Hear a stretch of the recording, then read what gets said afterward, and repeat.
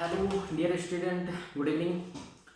आशा करता हूँ कि आप अपने एग्ज़ाम की तैयारी बहुत अच्छे से कर रहे होंगे।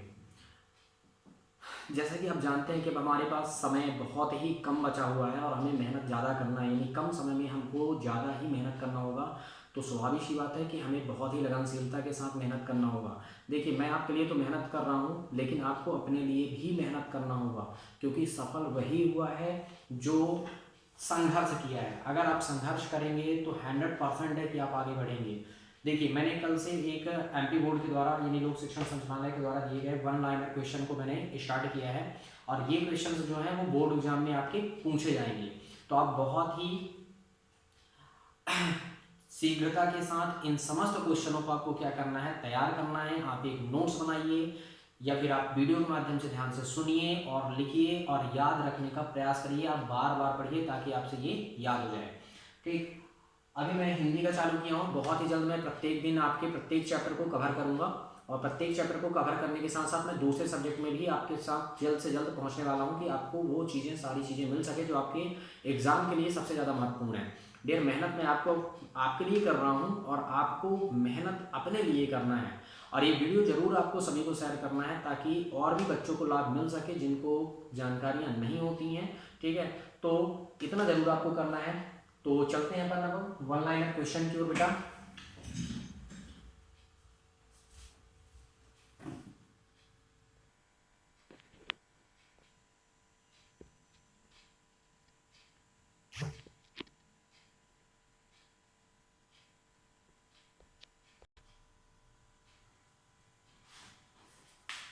चलिए चलते हैं आज हम चैप्टर 2 क्षितिज के। ठीक है, हम देखते हैं यहाँ पे चैप्टर 2। कल मैंने चैप्टर फर्स्ट को बताया था। चैप्टर 2 का नाम है राम लक्ष्मण परशुराम संवाद। कवि कौन है? तुलसीदास। अच्छा, तुलसीदास जी का जन्म कब हुआ था? 1532 में हुआ था। मृत्यु कब हुई थी? 1623 में हुई थी। काल क्या था? ये भक्ति काल के कवि थे। भक्ति काल के राम भक्ति शाखा के प्रमुख कवियों के नाम से जाने जाते हैं। इनके भाव पक्ष बारे में इनका दृष्टिकोण क्या था? आपका दृष्टिकोण अत्यंत व्यापक एवं क्या था? समन्वयवादी रहा है। इनका प्रमुख रस कौन था? शांत रस प्रमुख था। इनमें कला पक्ष में देखें तो भाषा जो थी वो ब्रज भाषा एवं अवधी भाषा का प्रयोग इन्होंने किया था। सामाजिक चेतना का इन्होंने क्या किया? प्रसार किया है। अब ध्यान से सुनिए।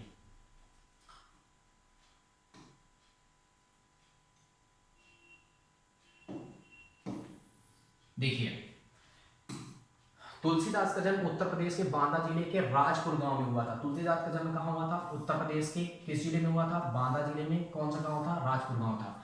पेपर में कई तरह से क्वेश्चन बन सकता है कि तुलसीदास जी का जन्म कब हुआ था, कहाँ हुआ, सॉरी, तुलसीदास जी का जन्म किस जिले में हुआ था, किस राज्य में हुआ था या किस गांव में हुआ था। तो तुलसीदास जी का जन्म उत्तर प्रदेश के बांदा जिले के राजपुर गांव में हुआ था।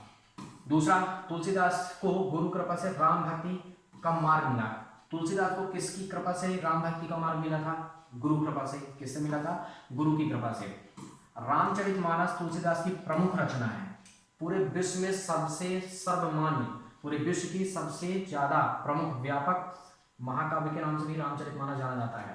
रामचरितमानस तुलसीदास की प्रमुख रचना है।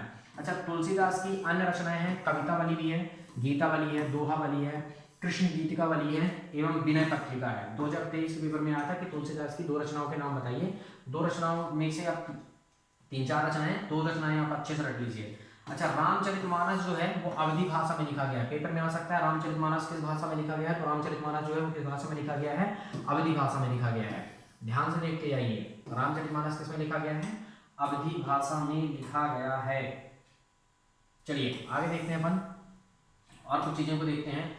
अच्छा देखिए, रामचरितमानस किस भाषा में लिखा गया है? अवधी भाषा में लिखा गया है। रामचरितमानस का प्रमुख छंद क्या है? चौपाई। पेपर में आ सकता है रामचरितमानस का प्रमुख छंद कौन सा है? तो रामचरितमानस का प्रमुख छंद क्या माना जाता है? चौपाई माना जाता है। अब देखिए, विनय पत्रिका की रचना गेय पदों में हुई है। विनय पत्रिका की रचना किन पदों में हुई है? गेय पदों में हुई है। तुलसीदास की रचनाएं प्रबंध और मुक्तक काव्य, ठीक है, दोनों प्रकार के काव्यों में उत्कृष्ट रूप है। दोनों प्रकार के काव्य के रूप में मिलती है तुलसीदास की रचना। ठीक है, राम लक्ष्मण परशुराम संवाद रामचरितमानस के बाल कांड से लिया गया है। ये प्रश्न बहुत ही ज्यादा महत्वपूर्ण बन सकता है कि राम लक्ष्मण जो परशुराम संवाद जो चैप्टर है वो रामचरितमानस के कहां से लिया गया है? तो बाल कांड से लिया गया है। कहां से लिया गया है? बाल कांड से लिया गया है। अच्छा, रामचरितमानस के बाल कांड से लिया गया है। देखिए, राम लक्ष्मण परशुराम संवाद में वीर रस की प्रधानता है। पेपर में आ सकता है राम लक्ष्मण परशुराम संवाद में किस रस की प्रधानता है? तो किस रस की प्रधानता है? वीर रस की प्रधानता है। सीता स्वयंवर में राम लक्ष्मण गुरु विश्वामित्र के साथ आए थे। पेपर में क्वेश्चन आ सकता है कि सीता स्वयंवर में राम लक्ष्मण किसके साथ आए थे, तो अपने गुरु विश्वामित्र के साथ आए थे।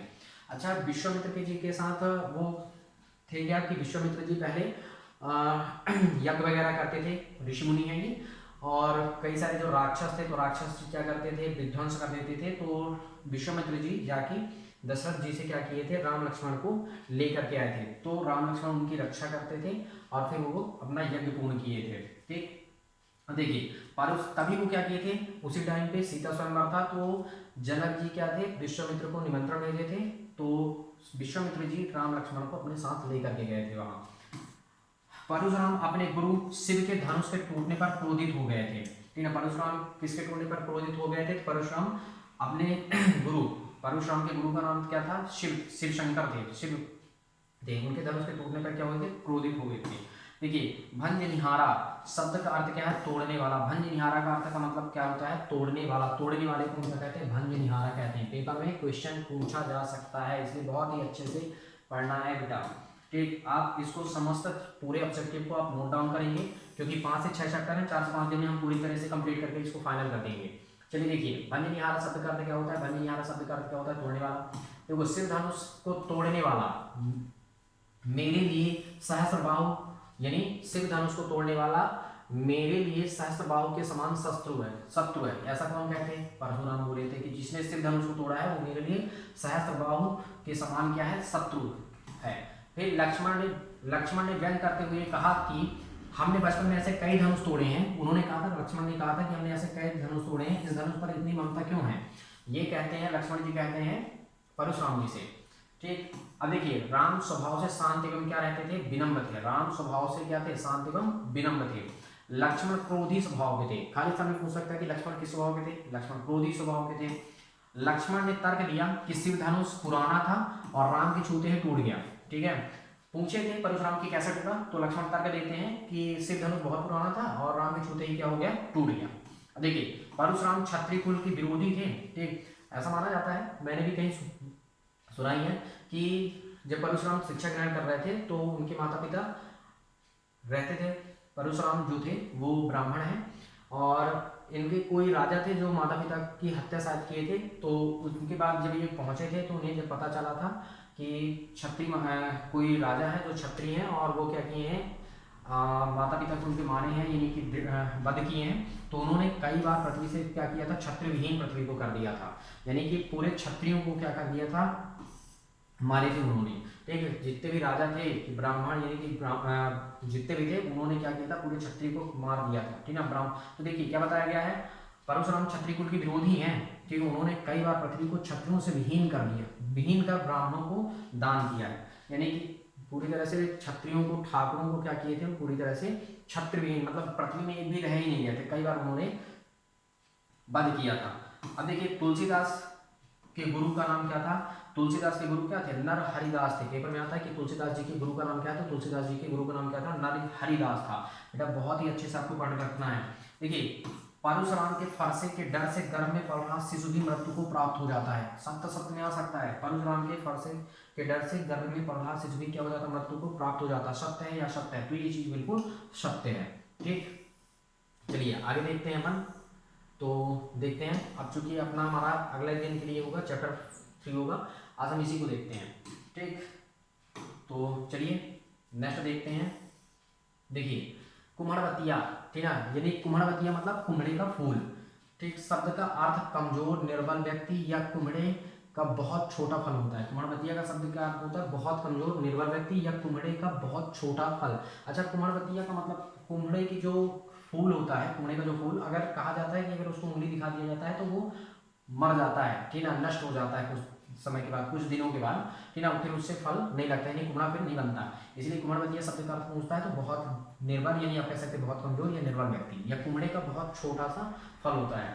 ठीक, ये आता है कुम्हड़वतिया शब्द का अर्थ बताइए, तो बहुत ही कमजोर है, बहुत ही निर्बल। ठीक है, लक्ष्मण के अनुसार वीर योद्धा अपनी प्रशंसा स्वयं नहीं करते हैं, ठीक है, एवं अपनी वीरता का प्रदर्शन युद्ध भूमि पर करते हैं। पेपर में 2022 में आया था कि लक्ष्मण के अनुसार योद्धा पुरुष यानी वीर पुरुष कैसे होते हैं, तो लक्ष्मण के अनुसार वीर योद्धा स्वयं अपनी प्रशंसा नहीं करते और अपनी वीरता का प्रदर्शन वो कहाँ करते हैं, युद्ध भूमि में करते हैं। विनय पत्रिका एवं कवितावली की रचना ब्रज भाषा में की गई है। देखिए रामचरितमानस की जो रचना है, रामचरितमानस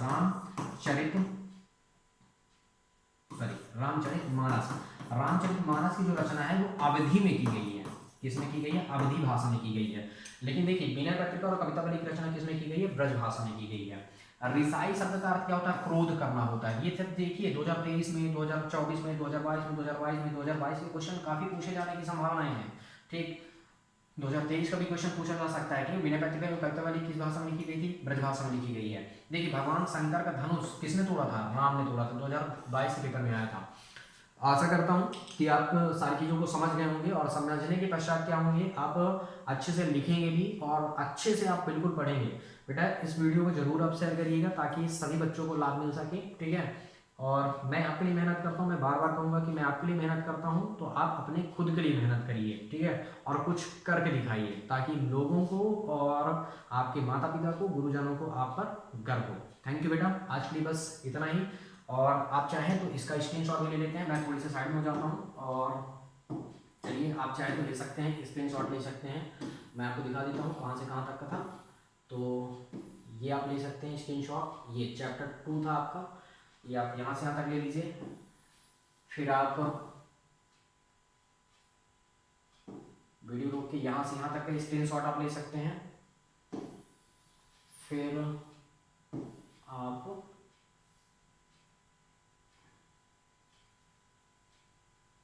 यहाँ से यहाँ तक ले सकते हैं। बस आज के लिए बस इतना ही। थैंक यू बेटा।